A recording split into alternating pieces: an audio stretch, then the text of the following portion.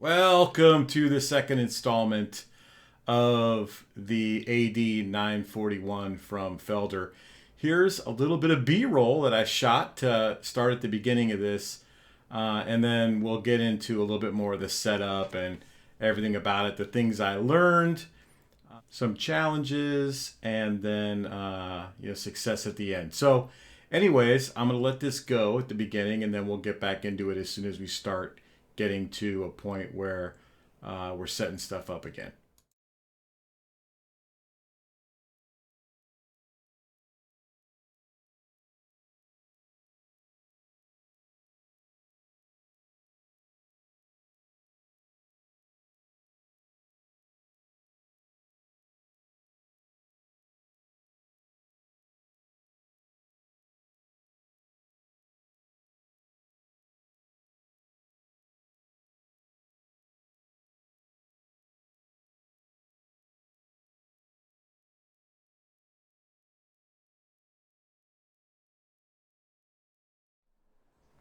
And so here we are. Got the unit in the place where we can actually start working on it. And then Matt and I are going to proceed to try to remove this paper off the top of it in one fell swoop. The cool part about when you buy a Felder machine is that there's not the traditional Cosmoline gook that's all over the machine to keep it safe while it's being traveled. It's across the ocean. It's got this special paper that's put across the top of the beds that keeps moisture off of it or out of it, so it doesn't rust while it's in the container going across the ocean. So there was some grease to remove off the bottom. You'll kind of see later, but I'm just going to let this play, and we'll show and talk about the upcoming stuff after this reveal.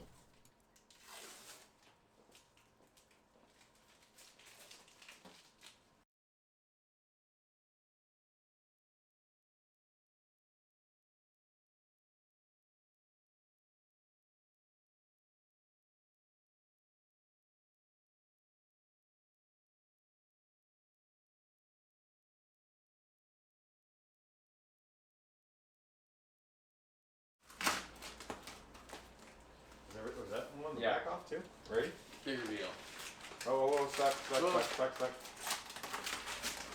Big reveal. Dude. Oh, it's got every milling mark you can tell. It's perfectly flat too. Four posts. Front. Well, as you could probably see, we were both pretty impressed, and definitely made me feel good about the purchase already just from the quality that I saw at this point. So we start playing around a little bit, and then I'm going to start speeding things up because things would take way too long otherwise.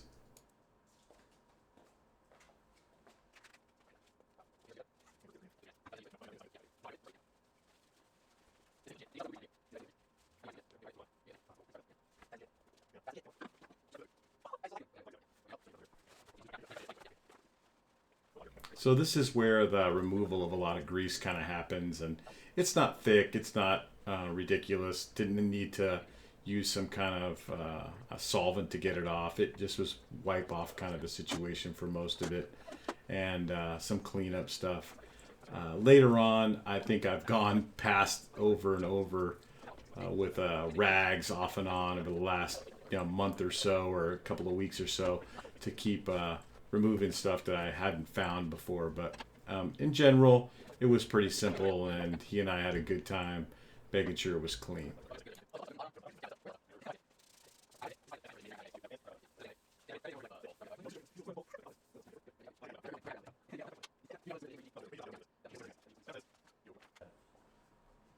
Now, there definitely was some challenges to the way that Felder makes their instruction manuals. So there's some confusion, and especially with the way they label some of the dimensioning.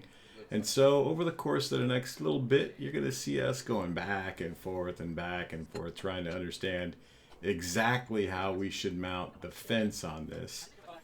Thank God that Matt was thinking smarter than I was, because I was going to get crazy and remove a bunch of stuff to make this work versus just taking off that nut at the back side to let it slide through. So I followed his lead, and we got it to work much faster that way.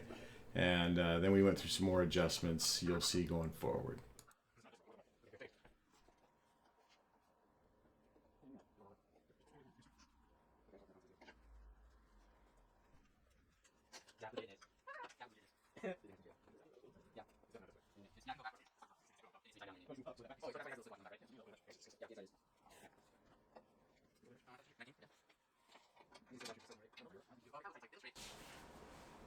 There's some kind of an adjustment. Hang on, it says you're supposed to have it.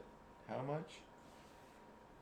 Can you even see what that says? Wait, what? What does that even say? Wait, where? 10 mil. It says 10 mil? Yeah, it says 10 millimeter. 10 millimeter of like, what's it called? Play.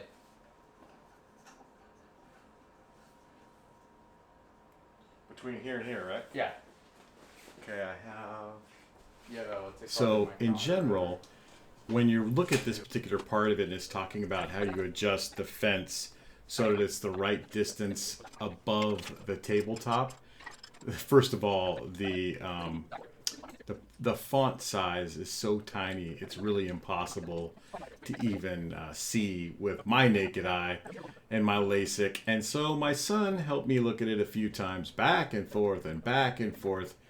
I don't know that the 10 mil really made sense off of any reference that we could figure out, but we got it close, and then we looked back and forth at what made sense, and got it to go. So there's another part underneath here, I think. There it is. Where does that go? On the back of this thing. So this brings me to my one frustration with this machine. This guard that goes across the back of the machine is meant to cover the cutter when you move the fence forward or backward. And it's this cheap piece of metal, and it really doesn't fit the machine whatsoever. Got lots of feedback from a lot of people along the way about what to do with this particular guard. I did modify it and pull off the back part of it.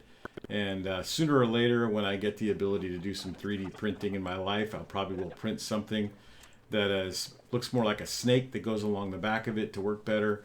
But in general, it is functional. It's just kind of cheap. Ever move the thing again? Oh, it's for like transporting? Mm-hmm. Got it. So now is the next part of the challenge, because when you raise this up, if you don't have the fence in the correct position, then it's going to damage the fence and or the back of the machine. So it needs to kind of be moved forward somewhat. And again, this was a challenge of that guard that's on the back side, which again is alleviated by taking off the last piece. And honestly, it would be really challenging or difficult to even see the cutter head with that last piece taken off. I think it may be made the same exact part for a 20-inch wide, like the AD-941 and or the Dual 51. I don't know for sure, but again, I solved the problem and removed it, and again, I'll 3D print one someday. Go for this. You just can't wait to fire up and see how quiet it is? You already know how quiet it is, but... I know how quiet it is, but I just want to get it done. Yeah. Fun time.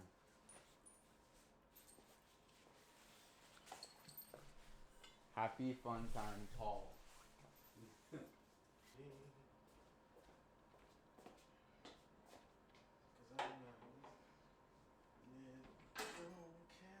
Now, although the spring assist is amazing and holds the tables right in the middle when you're moving it up or down, the one thing that is definitely takes a little bit of weight is to actually pull it down after it's in the straight up position, because there's a lot of mass there.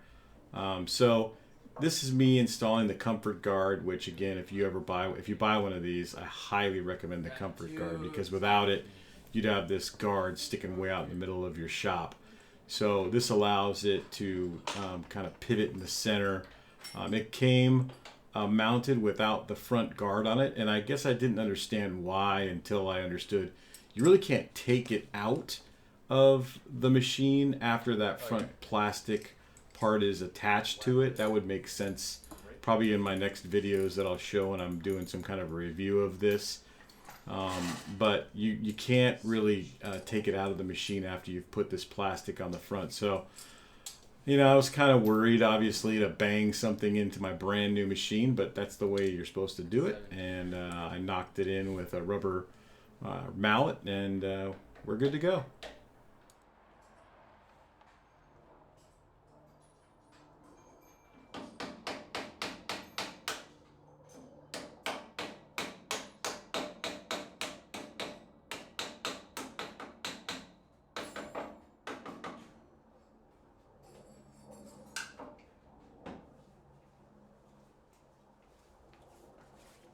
Okay, now I gotta find if there's any more sockets. Is there more sockets? We're missing like a 16, I think, of like a different like size. So thankfully, I've got Matt, who is got the same kind of mannerisms as I do, and he is good at catching all the missing tools and getting them put back where they go to. Since I did separate where I keep the tools from one side of the garage to the other after I kind of did the swap of the two shops.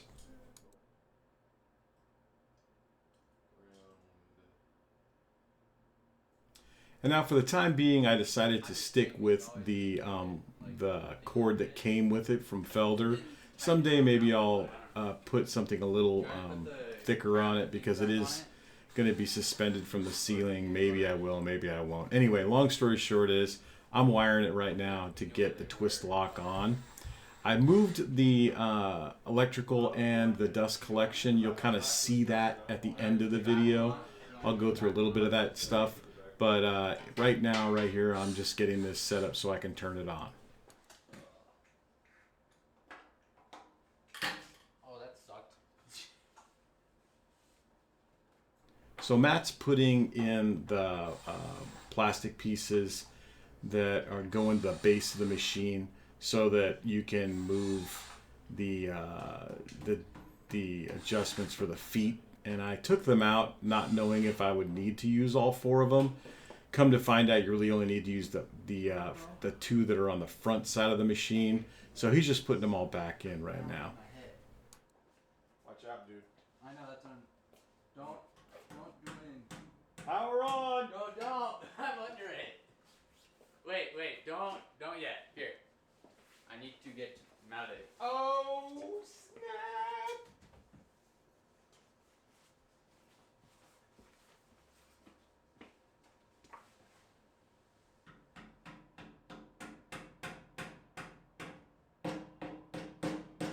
Wait.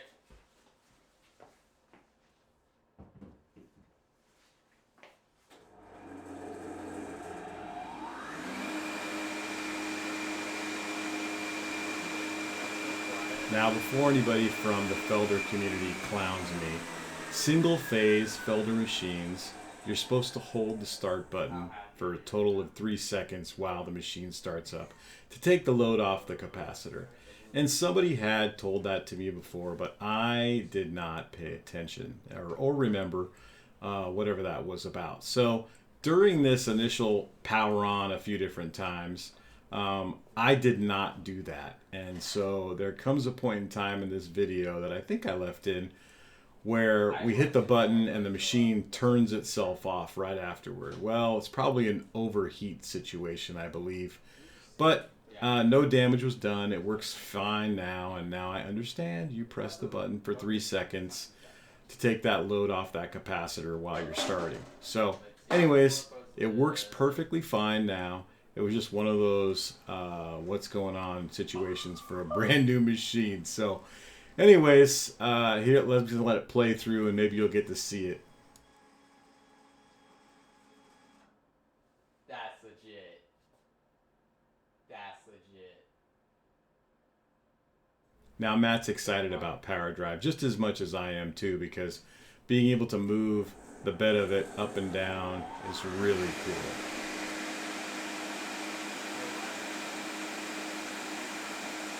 Oh my god, that's insane. Yeah, I gotta turn on the speed first. Oh yeah. Is that the highest? That's the fastest, yeah.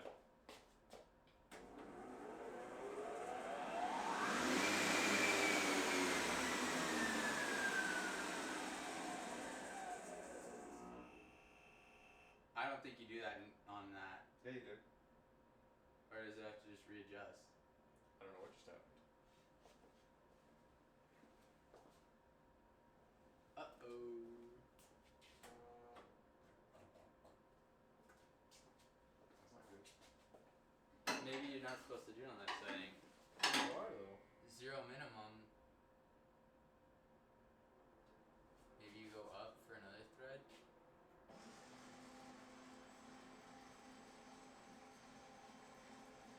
Maybe it doesn't let you if you don't have it up or whatever. So you don't shank your hand or something. Yeah, no, you're supposed to be able to do it no matter what.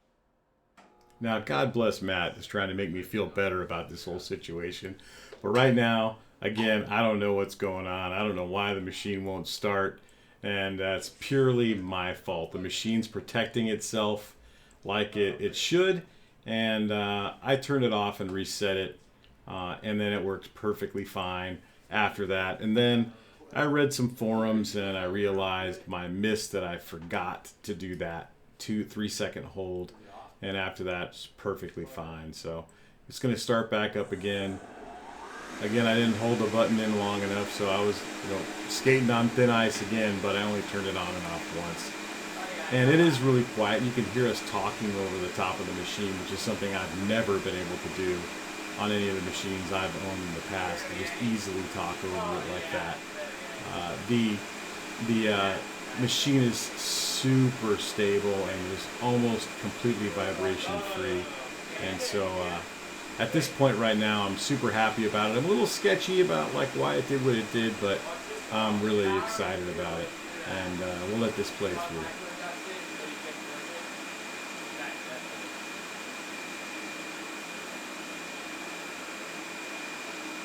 Just turn that.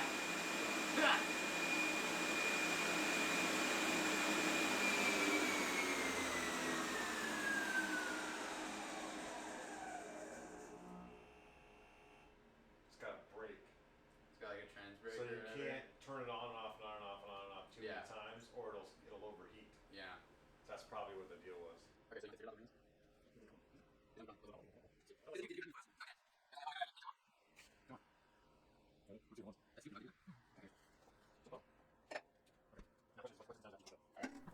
Yeah, just to elaborate, it does come with a electronic brake that does slow it down on purpose. I think that's a safety measure that you have to pretty much have in Europe. So it works really well, and I'm sure it does make the machine safer. I could tell you right now, when you look at that 16-inch cutter head, there's no way you would have nothing but respect to keep yourself away from it, because it's quite the cutter. And now I'm just taking the mobility kit and trying to get this thing as close to where I want it to be long term as I can, and Matt helps me set it up a little bit closer to where it needs to go. The mobility kit is not something per se that I would use all the time, but it definitely is something that gets it where you want to be, much simpler than using the pallet jack or anything like that to get it there.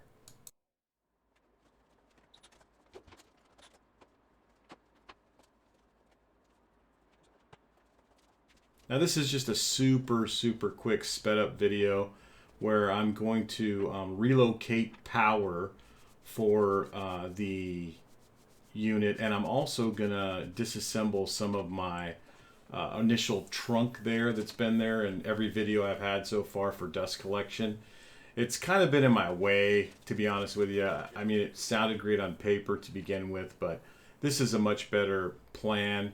I'm going to switch it so that the trunk continues down the middle of the shop to where the Felder's at now, and then I'm going to shorten that stack substantially to like a true wide pants that's there that just has the two 4-inch outputs to go to my sander, and then I'll bring that 7-inch trunk around to come to where the Felder is, and I have a 5-inch connection for the Felder, and then I have the 4-inch connection that comes off of that I could use for either the low angle pocket screw or for also the router table, whichever I would want to use it for. But it's really much more functional now. The sight lines in the shop are better.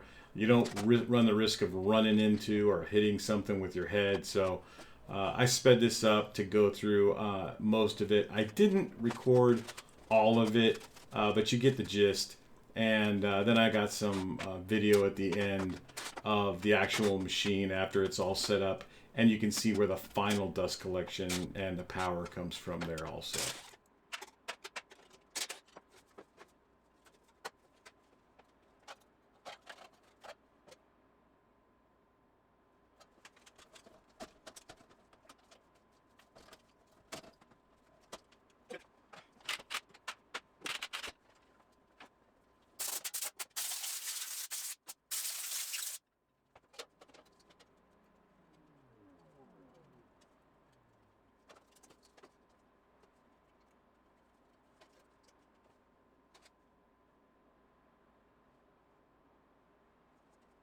I mean, really, the funny part about this whole thing is that I think when Oneida originally drew this up, I think they drew it up more along the lines of what I ended up doing here. But I asked them to revise it after they had drawn up the first drawing for the dust collection setup, and they did what I asked. But I think this new setup, the way it is much more functional and probably gets me better CFM at all the different ports along the way. So I'm gonna let it go.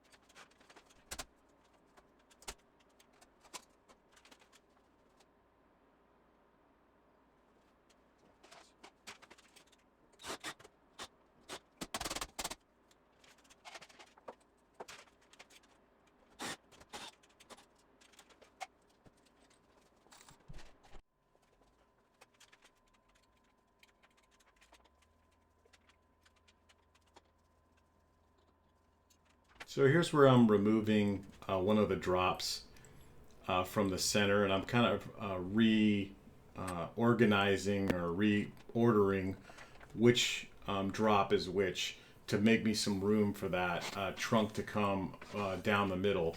So I'm going to move the 60 amp one for the sander one over, and then I'm going to cap off the one for the Felder, and I'm going to move that across the attic. You don't see me finish it completely just because of the camera angle, but I move it basically about 10 feet across the top, the ceiling right on the other side of the joist. So it comes down in pretty much the same horizontal area. It's just right where the Felder's at. And so you'll kind of see this in some of this video that I've got right here that there's the drop kind of coming down from the ceiling right near where the power is on the AD-941, which works really cool. These are some serious pieces of cast iron right here, so really happy with the quality. That bed is really long. I will tell you that the accessory that I got there on the end that you'll see, piece of aluminum that goes on the outside of it and clips on and unclips. Really great accessory. It was missing a bolt, which was weird. The cool, easy part is that I could grab one from Home Depot. It wasn't some special bolt. So I went to Home Depot, grabbed it, and it was $1, missing bolt. But up and running, working great. Easy to adjust and make flat with that bed. And again, the dust collection, now you can see the port comes right down from the ceiling right where it's at and doesn't get in your way when you're walking around in the shop.